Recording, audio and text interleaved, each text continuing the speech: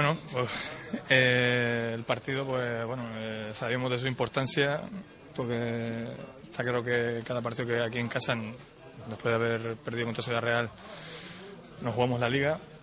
o tener por lo menos opciones a llegar al partido de allí para poder tener opciones a ganarla, y bueno, era un partido en el que sabíamos que teníamos que estar muy duros en defensa para correr el contraataque, dado que ellos venían con un par de bajas, y bueno, creo que el equipo ha estado bien en todas las líneas, ¿no?